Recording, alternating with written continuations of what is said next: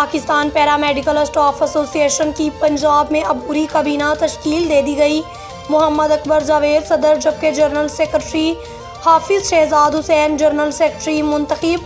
अगले 6 माह के लिए मुंतखब होने वाली बाकी बॉडी में हाजी इलियास साजिद भुट्टा सरपरस्ते आला, सैयद इल्ताफ हुसैन शाह चेयरमैन और चौधरी अमजद मान चीफ ऑर्गेनाइजर करार पाए।